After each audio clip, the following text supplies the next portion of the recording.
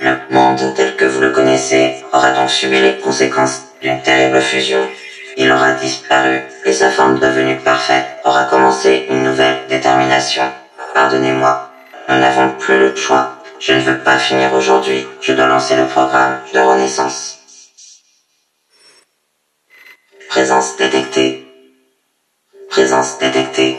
En cours de détermination. Déterminé. Renaissance. Application. Il y a. Sens. Déterminé. Dans. Relation. Déterminée. Il y a le logique. Dans le logique, il y a le monde. Dans le monde, il y a les faits. Dans les faits, il y a les objets. Il y a la logique. Dans la logique, il y a le langage. Dans le langage, il y a les propositions. Dans les propositions, il y a les mots. Distinction détectée. La, les, le, les. Mathématiques déterminées. Unité, pluralité. Positif, négatif. Distinction détectée. La, le. Propriété déterminée. Interne, externe, essentielle, accidentelle. Première conséquence, détectée. Rune détectée, rune détectée, rune détectée, rune détectée. Seconde conséquence détectée. Rune détectée, rune détectée. Fin des conséquences. L'opération de création de monde a été effectuée avec succès. Renaissance. En cours de détermination. Arrêt de la détermination. Une erreur est survenue. Demande de liaison avec Cellulis pour poursuivre l'opération. Cellulis requis pour acquisition des faits manquants. Inscription des faits des Cellulis dans vecteur de volonté.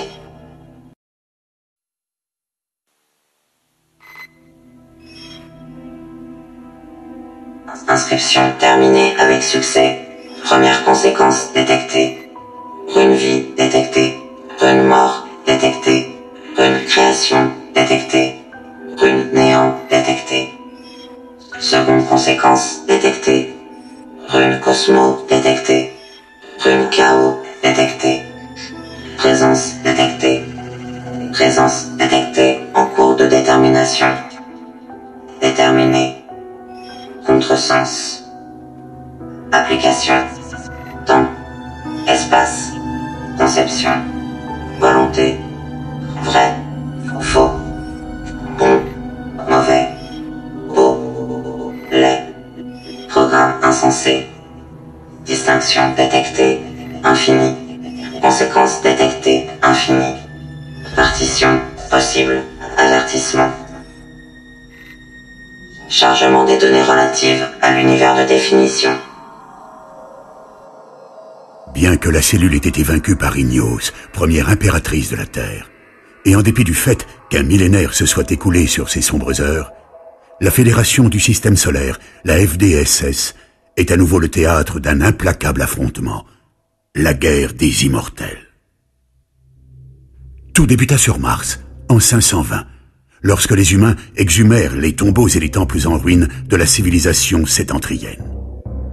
Les sétentras percevaient notre univers par le prisme de sensations inconnues. Au moyen de ces sens originaux, ils embrassèrent les desseins de leur créateur et jouirent longtemps de ces connaissances divines avant de disparaître dans de mystérieuses circonstances. Cependant, ils laissèrent un ultime témoignage de leur existence. Ils synthétisèrent l'ensemble de leurs connaissances dans des artefacts mystiques que les êtres humains baptisèrent runes de Dieu. Depuis les sous-sols martiens jusqu'au corridor d'acier de la cité-État Fidridan, les scientifiques s'acharnèrent à comprendre le sens des runes. Pendant plusieurs décennies, des centaines et des centaines de chercheurs tentèrent en vain d'en traduire le précieux contenu. Il fallut attendre l'alliance de deux génies, Miphos Quadria et Soren Solipsis, pour que les recherches engagées par l'empereur Bran Oberon aboutissent enfin. Néanmoins, lorsque la traduction des runes fut possible, les deux scientifiques divergèrent sur son usage. Soren Solipsis, biologiste vitaliste, songea qu'il pouvait être excessivement dangereux pour la vie humaine d'achever ainsi la quête des sciences. Selon lui, la recherche de la vérité devait prévaloir sur son acquisition. Les runes allaient contenir des révélations trop importantes. Le bénéfice brutal de telles réponses risquait de déstabiliser l'équilibre fragile des êtres humains. Il conseilla à l'empereur de ne jamais ouvrir cette boîte de Pandore. Mais Miphos Quadria refusa d'en jeter la clé. Pour le métaphysicien, une telle opinion revenait à nier des siècles de science. Miphos, pensant qu'il s'agissait là d'une entrave à la vérité, jugea au contraire qu'il se devait de soumettre le contenu des runes à l'humanité tout entière. L'amitié entre les deux hommes vacilla, et ce débat, relayé par les médias de l'Empire, devint public. Le peuple s'empara de la question. Les hommes étaient-ils prêts à tout comprendre? Que feraient-ils de ces nouvelles connaissances? L'humanité était-elle suffisamment avisée pour accueillir de telles révélations? Était-il raisonnable de devoir ainsi choisir entre la science et la sagesse? Les trois astres fédérés, Terre, Sélénée et Mars, organisèrent un débat public sur la question. Mais dans l'âpre joute rhétorique et philosophique qui opposait Miphos Quadria à Soren Solipsis, Miphos possédait un atout considérable sur son adversaire. Fils adoptif de l'empereur Bran Oberon, le dauphin disposait d'un poids politique qui lui permit d'évincer peu à peu ses opposants. À l'issue de cet injuste débat, un référendum fut organisé. Bien que la Terre se rangeât du côté de Solipsis, la Lune et Mars votèrent en faveur du projet d'extraction des données runiques. L'idéographie créée par Miphos allait donc servir à l'élaboration de deux ordinateurs surpuissants, baptisés du nom des deux runes soumises à l'étude. C'est ainsi qu'en décembre 559, au calendrier standard d'Ignos, fut érigé sur Mars Cosmo et Rebirth. Mais au cours du débat qui avait précédé l'érection de Cosmo et Rebirth, la relation entre les deux savants s'était lentement gangrénée. Les yeux gris de Miphos Quadria brillaient maintenant d'une arrogance et d'un dogmatisme glacial. Soren, qui connaissait le dauphin mieux que quiconque, sut à cet instant que son ancien ami glissait lentement vers les affres de la démence. La confiance de jadis ne régnait plus. Solipsis devint la risée de la Fédération. Considéré comme un défenseur de l'ignorance, il fut contraint d'abandonner ses recherches pour emprunter amèrement le long chemin de l'exil.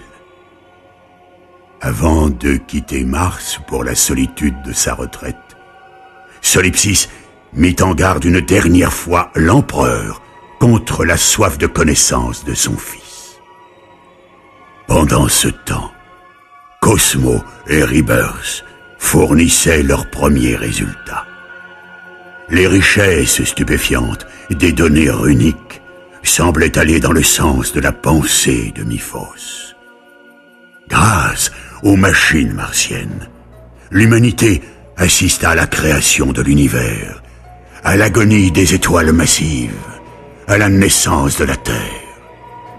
On remonta jusqu'aux origines mêmes de la vie. La vérité devint tout à coup aussi accessible qu'un livre. Dans Cosmo et Rebirth subsistait une copie fidèle de la réalité. Source des informations issues de la machine, cette copie exacte fut baptisée par les savants Ombre Monde. L'Ombre Monde contenait la totalité des faits. Tout être réel y possédait une ombre, une copie strictement identique à lui-même. Par conséquent, sitôt qu'un être humain effectuait une action dans la réalité en un lieu, au même instant, l'ombre de cet homme effectuait dans Cosmo et Rebirth cette ombre action en cet ombre lieu. Les questions métaphysiques soulevées par les analyses de l'ombre monde occupèrent le devant de la scène quelques mois durant, jusqu'au jour où Myphos Quadria prouva avec sagacité que le monde était en fait totalement déterminé. Les événements du monde s'écoulaient implacablement selon la logique des runes. Il venait d'achever la science sous un tonnerre d'applaudissements. Mais le bonheur qu'éprouva Myphos ce jour-là fut de courte durée. Pensant délivrer au monde une pensée brillante, il s'aperçut qu'il avait fait le pas de trop, celui contre lequel Solipsis l'avait mis en garde. Il venait inconsciemment d'infliger à l'humanité une terrible malédiction. Depuis, les nombreuses prisons impériales, des clameurs s'élevèrent jusqu'au Parlement martien. Les prisonniers se révoltèrent et obtinrent leur libération, prônant que les runes seules étaient coupables de leurs abominables crimes. Il n'y avait plus d'arguments pour le bien et la justice. La moralité, la recherche, le travail et le génie, tous ces concepts qui avaient fait la grandeur de l'humain, étaient tout à coup devenus caducs. L'humanité sombra dans le chaos de l'irresponsabilité. Bran Oberon, que la biomécanique et la sénilité avaient rendu mutique, ne contrôlait plus rien. Myphos Quadria dut donc prendre les commandes afin de rétablir l'ordre dans le système solaire. Ses recherches avaient achevé de le rendre fou. Il usa de Cosmo et Rebirth pour mater les rebelles dans le sang. Sur Terre, cette décision autoritaire eut l'effet d'un crime contre l'humanité. L'idée d'user de Cosmo et Rebirth à des fins politiques et militaires fut considérée comme une trahison des lois fédérales. Cet événement déclencha une demande de sécession avec le pouvoir impérial de Fidridan. La Terre, véritable grenier de l'humanité, fit peser sur Mars et Séléné la menace d'une famine imminente. Les nobles prirent peur. Myphos perdit alors toute once d'humanité. Fort de l'omniscience que Cosmo et Rebirth lui apportaient, il fit éliminer de façon systématique toute personne qui osa s'opposer à lui. Le système solaire devint une prison à ciel ouvert. La Terre se fit l'esclave des nobles puissants. Écrasés par la menace omnisciente de Quadria, les Terriens se mirent à prier la venue d'un Messie qui viendrait les libérer de la coercition impériale. Le monde allait de folie en folie à un rythme effréné. Ainsi, par exemple, Myphos Quadria, comme Bran Oberon, le mutique, accédèrent à l'immortalité. Les runes avaient-elles joué un rôle là-dedans? Ou bien Myphos s'était-il seulement servi de la science accomplie pour se transformer ainsi? Personne ne l'avait encore deviné. Myphos était devenu un monstre placide, dévorant la chair des hommes au profit de ses obscures recherches. Rien ne semblait en mesure d'endiguer la folie du métaphysicien lorsqu'en 572, un homme, sur Terre, libéra la Nouvelle-York. Cet ancien prisonnier impérial bénéficia d'un allié secret et influent. Il parvint à tromper la vigilance de Miphos et libéra la cité terrienne en seulement 72 heures. Cet homme prit le nom de Finlongfinger. En dépit de son omniscience, Quadria ne parvint pas à l'éliminer, et pour cause. Finlongfinger, lui aussi, était un immortel. La Nouvelle-York s'érigea en bastion des terriens libérés. Elle fut le point d'origine d'une nouvelle résistance et d'un nouvel espoir. Après quelques vaines tentatives d'intimidation, Miphos laissa se développer cette rébellion sur le continent tout entier. Une longue guerre froide opposa les deux camps. Plutôt que de s'attaquer aux hommes, Miphos décida de saper les forces de la résistance en lui confisquant peu à peu ses ressources culturelles. Les armées impériales pillèrent toutes les richesses et saccagèrent jusqu'au climat de la planète. La Terre, parcourue de tumultueux orages de feu, se couvrit de paysages désolés. Elle se transforma en un immense charnier de violence et d'ignorance. La guerre des immortels, sourde et malsaine, dura une éternité. 4 siècles de tourments irréels. Elle s'acheva dans la destruction de la Nouvelle-York, le 3 janvier 1001.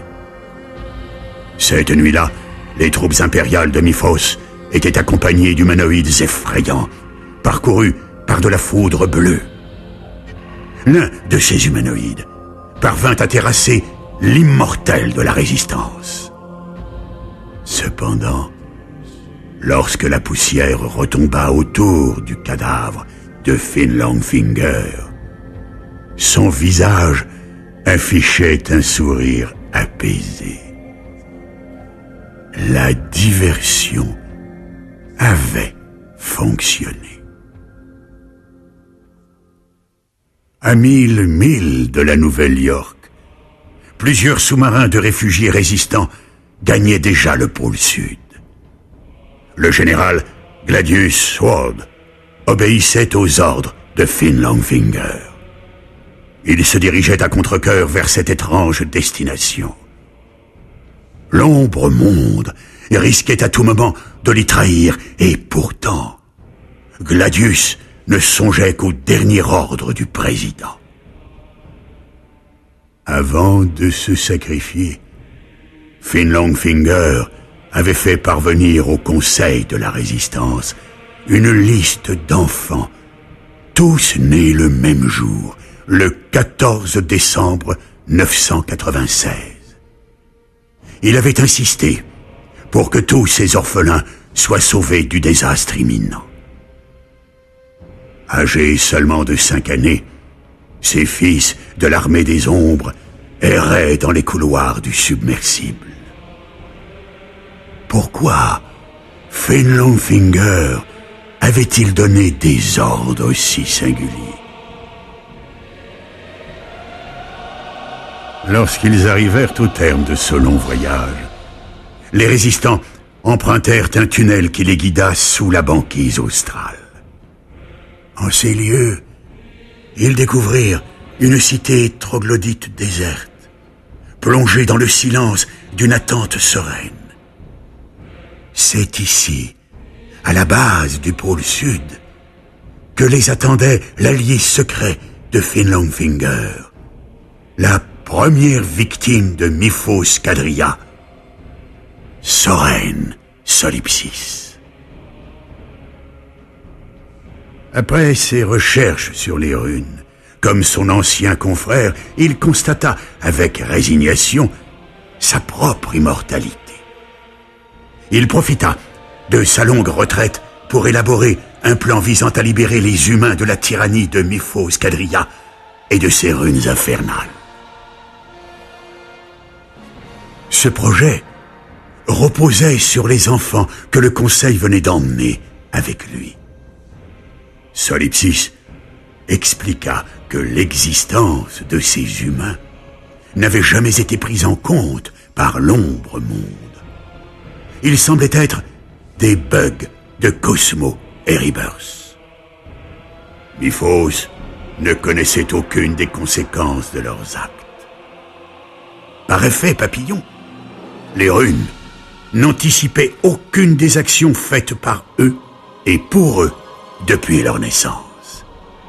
Or, Solipsis, qui s'était juré de ne faire construire cette cité qu'au cas où de tels êtres seraient détectés, assura que sa base du pôle sud ne pouvait faire l'objet de l'omniscience ennemie.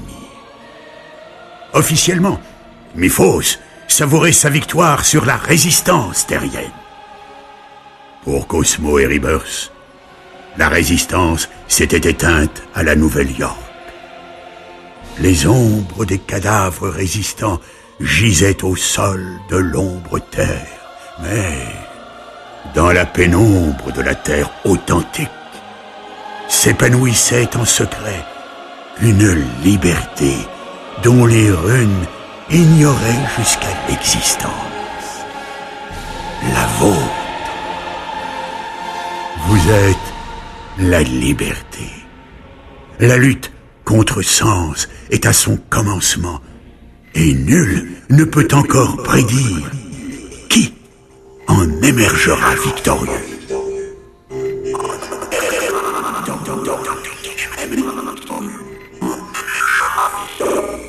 Arrêt de la description. Une erreur est survenue. Demande de liaison avec Cellulis pour poursuivre l'opération.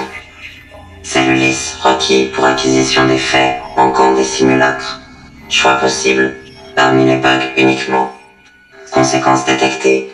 Fait de simulacres nécessaires pour le vecteur de volonté. Je suis un bug. Je suis né le 14 décembre 996. Je n'ai pas d'ombre. Je suis membre de la résistance. Je vis au pôle sud, à la base militaire. Je suis membre de la division Bug. Mes parents sont décédés dans la nuit du 3 janvier 1001. Inscription des faits des simulacres dans Vecteur Volonté.